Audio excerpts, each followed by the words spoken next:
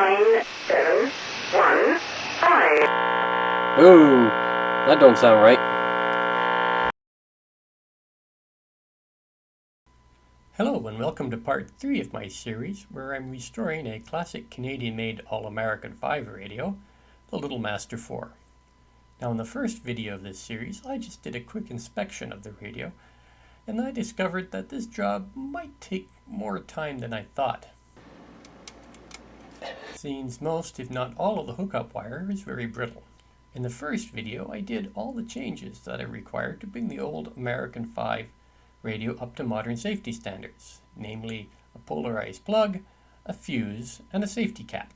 Now the second video in this series was mostly just a wire and capacitor snip and change, with the odd stop along the way, and some good music from the house band Tuba Skinny. I did have this rather interesting segment. One didn't get soldered in there. Everything else is nice and tight, but this one's sitting out. It's that little thing like that. That's a coupling cap, so that would have screwed everything up if that wasn't connected in there. Don't know if you can see that. As you can see, I can just pull that right out now. So, I'm going to have to fix that one up. And that sort of sets the theme for this video. I did do a number of goofs that fortunately did not release the magic smoke, but did make getting the radio working again a little more difficult than I expected. So starting where I left off in the previous video, I was just about ready to start a full review of the circuit, making sure I didn't make any mistakes. So I'm just going to do a bit of a continuity test to make sure I got my wires all corrected. The first one is pin 3, which should go to pin 7 on this valve. Pin 7, which is this one right over here. Aha! Good.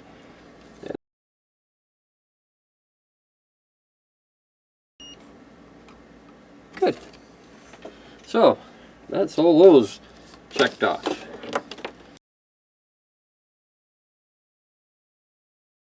The first word is, of course, safety. All old All-American 5 radios have a hot chassis. Let me say that again. They all have a hot chassis. They all have the potential to zap you. So, to safely work on any All-American 5 radio when it's powered up, you must have an isolation transformer that has no through connection to earth ground. Next, normally when you're starting up your All-American 5 for the first time, you use a Variac or other branded variable transformers to slowly bring up the voltage on your old American 5 so you can quickly turn it down if you see something going south. I always like to use it after the isolation transformer, but it doesn't matter if it goes before or after the isolation transformer. I made a video on just this subject, and I will put a link to it in the description. What comes next is the dim bulb current limiter. This not only protects the circuit, but can also protect you, as it will absorb any shock if you happen to touch the hot chassis. And then finally, and I do mean finally, your device under test. And again, the most important thing to remember, there is no direct connection between earth ground and your device under test. Now that all being said, it's still possible to zap yourself while working on a hot All-American 5. You can still touch two wires and get a zap. You just have to be always careful. I always try to keep one hand in my pocket. So with that said, let's continue on with the video. I'm about ready to try to power this thing up. I just have to reattach the speaker there and hook in this to the fuse holder. The only problem is I've only got 2 fuses. Thanks to COVID-19, I haven't been able to go out and buy any fuses. I've got what I think is a 1 amp fuse and a 300 milliamp fuse. I'm going to try the 300 milliamp fuse first on the power up. That'll be nice and safe. Anyway, and then I'll swap it out for the higher value one. So let me get that all set up. Get out the old Variac, plug her in into the current limiter, and bring it slowly up after I get all the tubes installed.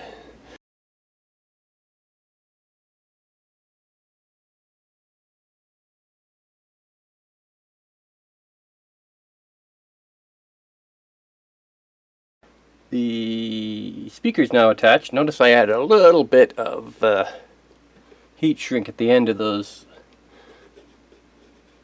cloth covered wires because they tend to fray a lot once they've been undone for the first time. All hooked up here. Got a nice strain relief here onto that one, so that shouldn't move around much. I've got that crimped there with a nice CAA approved crimp. I got that with a little bit of strain relief there. I might put another one on there, and then I'm going to put another strain relief here for the back door. But that should be okay, as long as you don't yank it on the power cable. That's all hooked up. I'm going to put, first thing before I do that is I'm going to walk through the circuit one more time and make sure I got it all hooked up correctly. Can never do that enough times.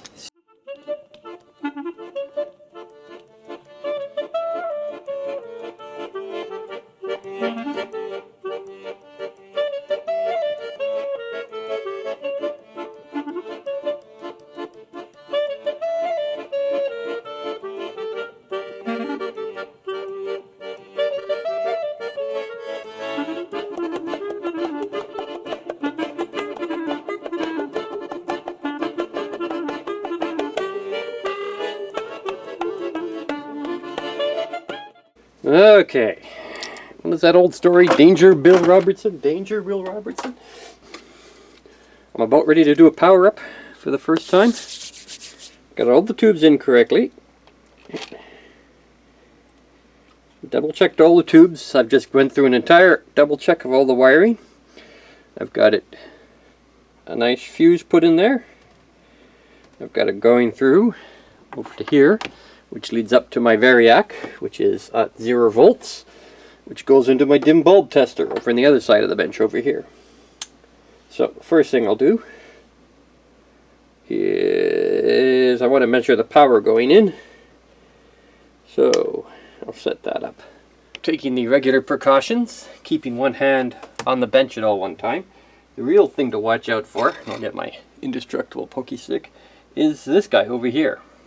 That is totally exposed. Normally, that's in its own socket, which is isolated with this thingy here. I've got it off for now.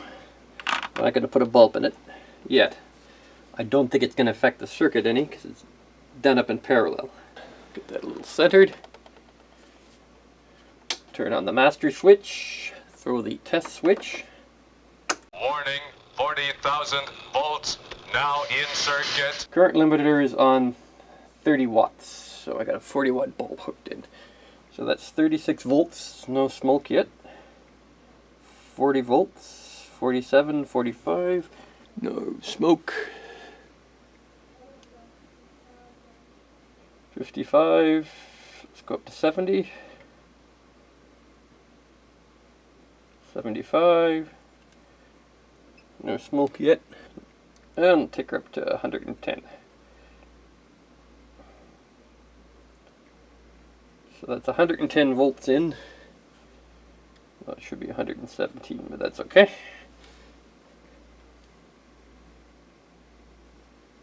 Can't see if I'm getting any glow or not.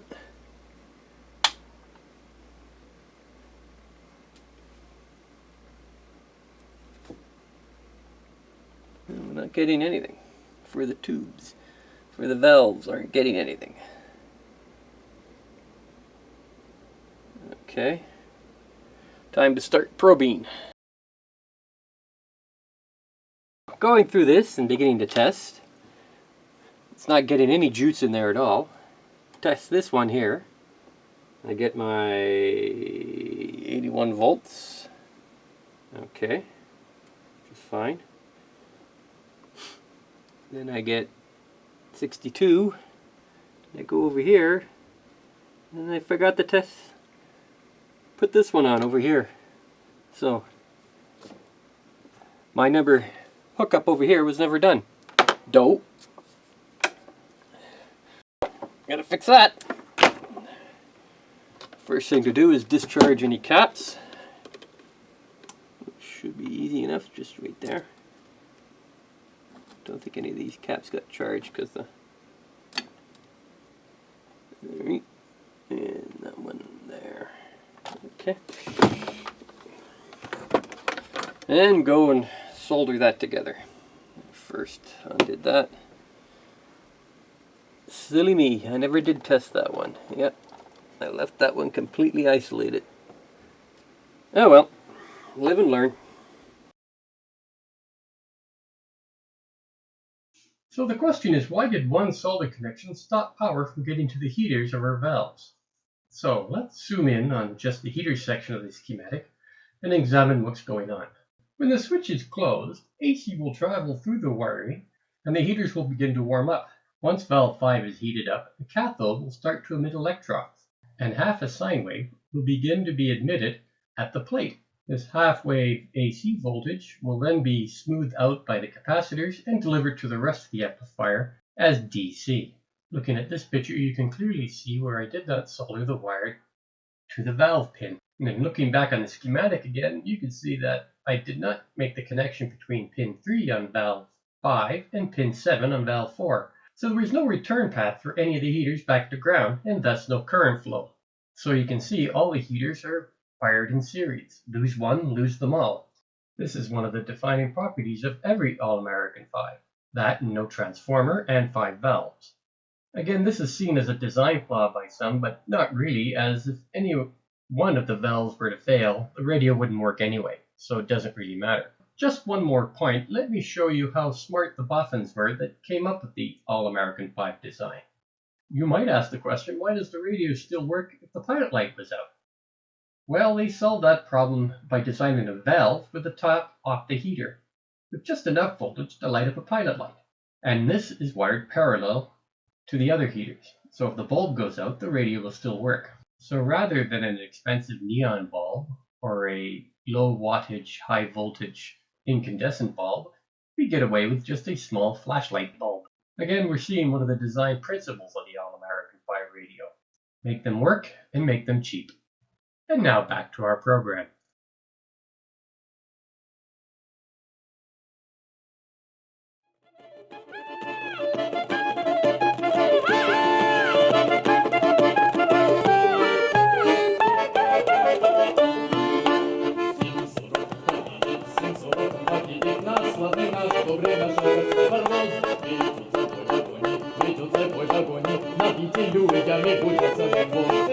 Он видит из вагона и двинет вдоль перрона. На голове его роскошный каталет. В больших глазах зеленых на восток горит одесский огонек.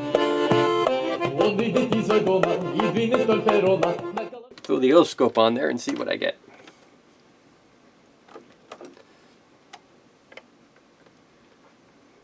Let's see what the DC is coming out.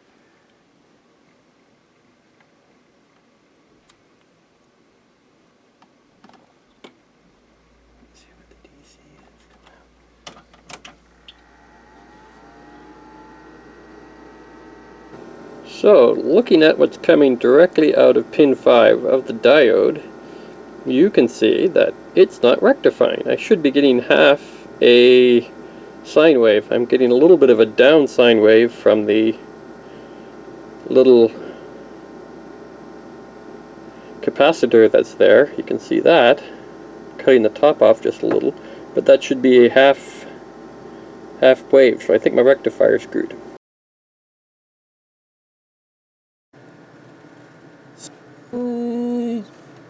You can tell that that tube is shorting out somehow.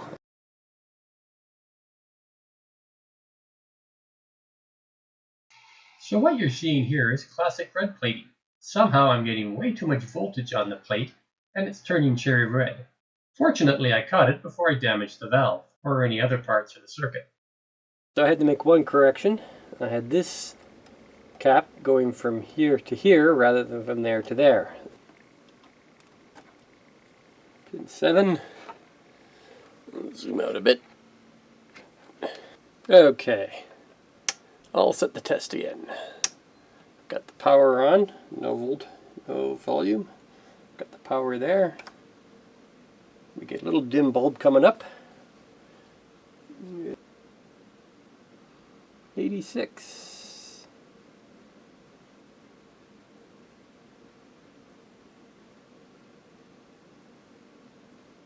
90 volts.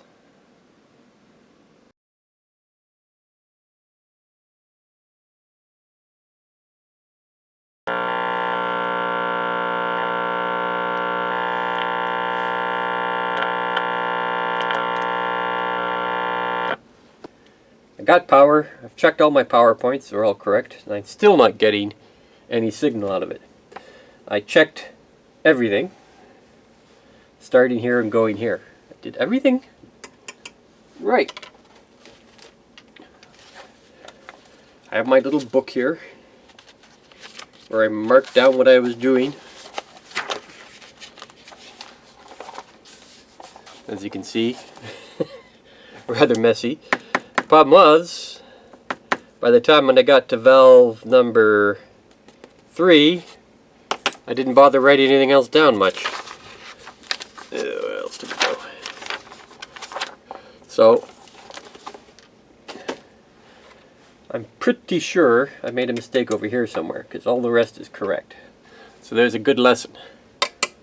Always, always write down correctly what you're doing. So, let's walk this out on the schematic. So from pin 1, I've got that cap going to there, check. I've got this going to ground, which is 2.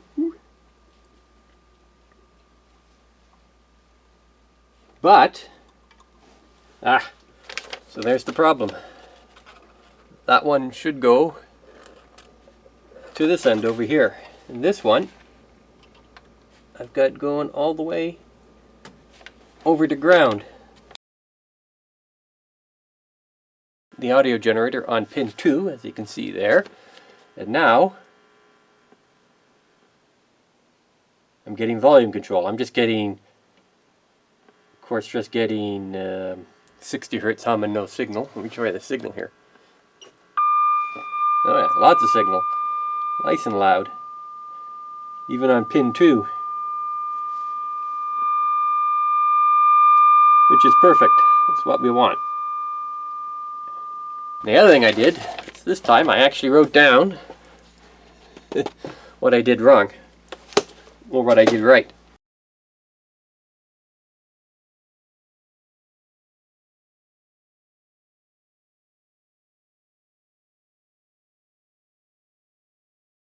The field elect with its regular channel going out, let's just say a sine wave, and I think I've got it set up for a sine wave of 2000 hertz, and you can hear that. It's not going to work because it's not modulated. Even when I put it on the modulated signal, which I'll do right now. So there's the modulated FM frequency. You can't hear anything.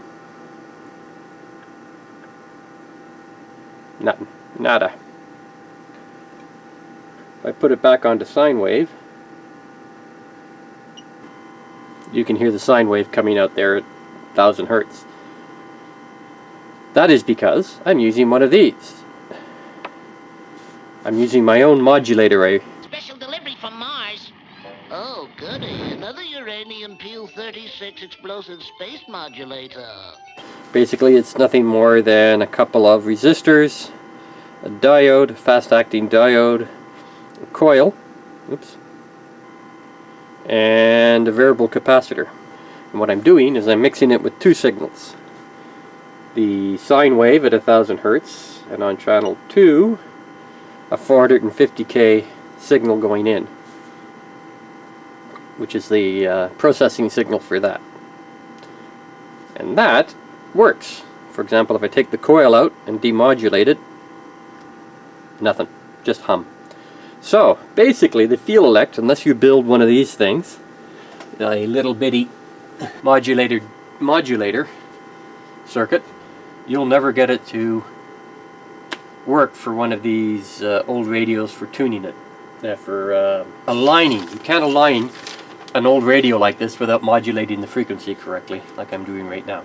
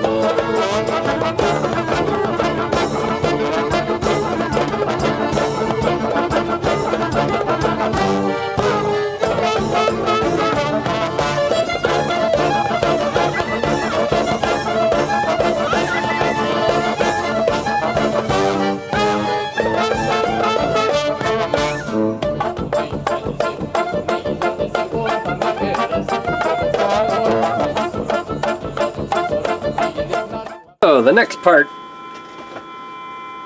which is these condensers over here. So change to 1600 kilocycles, which you can't really hear anymore because we're off station.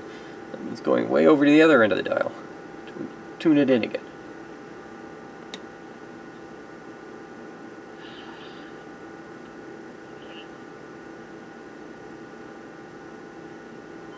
There it is.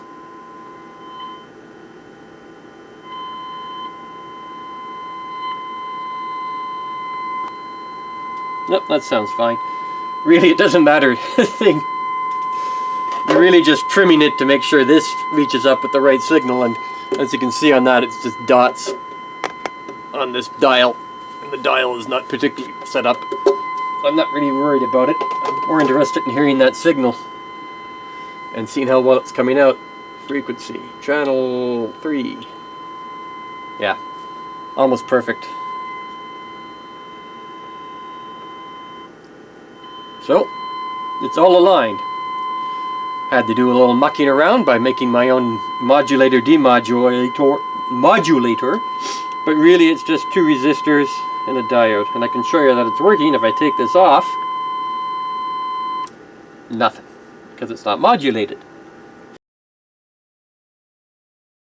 Okay, now comes the real problem. How to fix that broken off piece of plastic, and I don't have another piece of plastic to fit.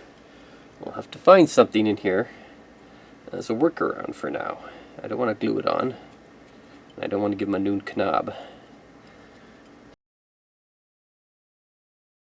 What I do have is I got this thing, which kind of just fits in the back like that.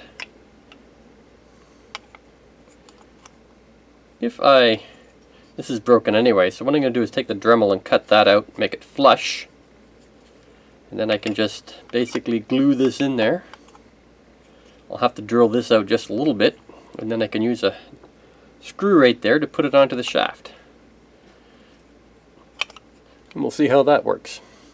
After a bunch of chipping and chopping, I eventually had to take it all off, but I did a nice cruciform, and it fits in like that.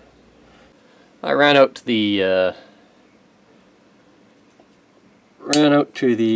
drill press and managed to extend that hole to exactly the right size, and it fits over the shaft fine. I've added a little padding in there, and I've added in a whole whack of glue, which I still have to add a little more in here as it's drying.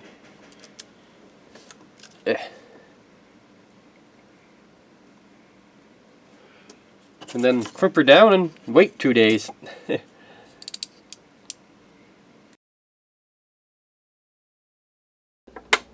Aha!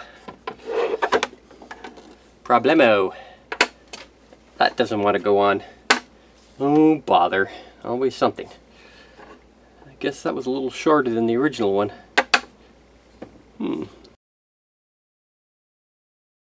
Not to be left undaunted, an old knob off a Teardown Tuesday project that'll be coming up very shortly, or already come up. Actually, no, it's one I got off a Teardown Tuesday project.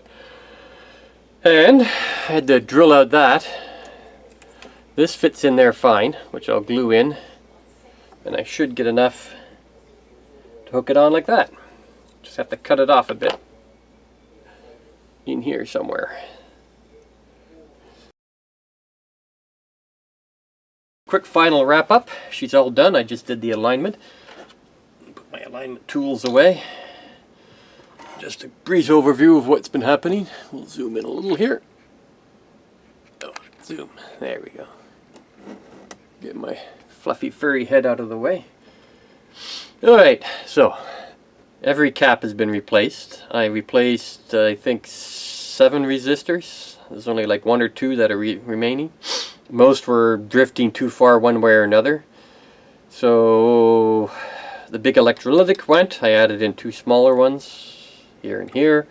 Took out the old death cap, put in a safety cap. Nice pass cap there. New caps here, here, and here. The nice mica caps. Still looks fairly vintage. The This is a new resistor, that's a new resistor. This one was actually okay.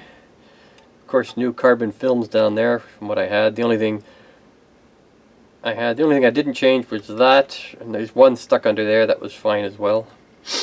I changed the line cord, put in a fuse over here, put the switch side of the hot on this side, then ran the neutral back into here, and then ran the hot into the tube, then ran the neutral around into the ground. And of course, because I ran that neutral there, this was going straight to ground. Unfortunately, had to run a stupid wire overhead over to there, but I probably could have gotten away with sticking it somewhere else in here that was going to ground. I think the only other spot I had was way over here, but I wasn't going to start dropping it in there. It's wire. It's pretty stout, so it's not going to cause too much trouble. My goofs. Well, to start, I put this capacitor, instead of 5 to 6, I put it 6 to 5 and stopped the high voltage from running all the way through my system, so I was getting basically no voltage. That was first goof here. I fixed that and got the filaments working, and then I forgot that I didn't solder that filament in, so that's goof number 2. And then nothing would work, and so then I discovered basically what I had done was I put this going all the way to ground over here instead of going into pin 2, and then to ground. So that was the big problem there. The other minor things I made a change for, I moved these 2 pins around to put them right into here. That didn't matter on this side or that side, they're both going to ground. They're just not going that way. Still has a lot of hum, but hum is something to expect in these old radios. The pot is dead basically on the high volume. They probably had it sitting on the high volume a lot. It was old by an older couple for a long time, and of course they were going deaf, so the last part of the pot is gone, but it still puts out lots of noise. I could tell the old guy that owned it was an old Navy guy, and it was a Sparks, was a radio operator, you know, Morse code type, and he was always turning this slug in further and further, and so eventually he got it out of alignment. That's that first part of the debrief. Put that down. And here's all the junk I pulled out of it. Condensers, one... Ugh, what a mess. Of course, the wire that got me on this was the wire. Just so brittle. So if you're ever going to do a 1950s Canadian radio, be prepared to do an entire wire strip. I think there's only 2 original wires in this, plus the stuff that was coming off the transformers and whatnot. But all in all, a very good learning experience. So, that's a wrap. I'm going to put it back in the box. Oh yeah, and of course I had to build a new knob for it. Try to find one of these anywhere. It wasn't too hard. It's all glued in there nice and epoxied. Hopefully it'll all work out. It's not, doesn't have dial tracking really on it. It's just a knob you stick in. Right there. So as long as I can get it on and force it in there nicely, everything should be okay. And I'll go deliver it to the client today. They didn't want to clean up the box at all, so I'm not going to worry about that. I'll put it back in the box and we'll go out, plug it in upstairs and see what it looks like on the desk, outside in the sunlight.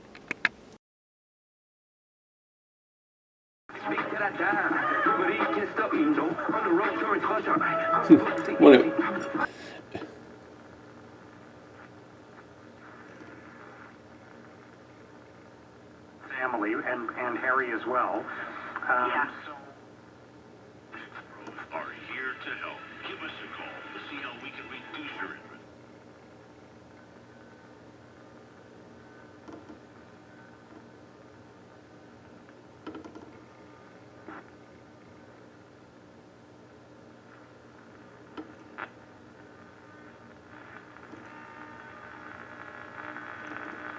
Read it at all.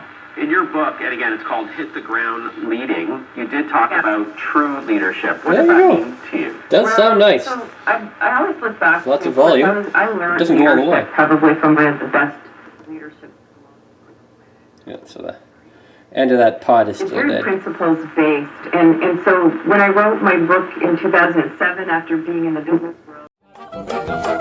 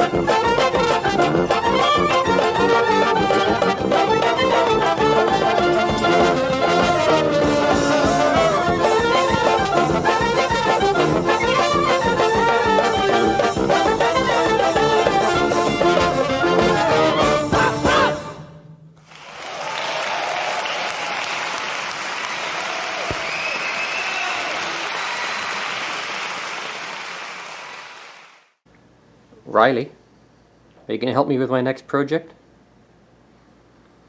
Transistors, Riley? Riley? Nothing?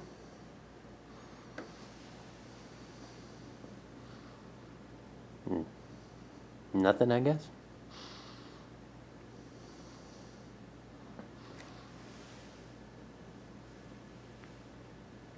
We can play with transistors, Riley. Nah. Not today. Not tonight.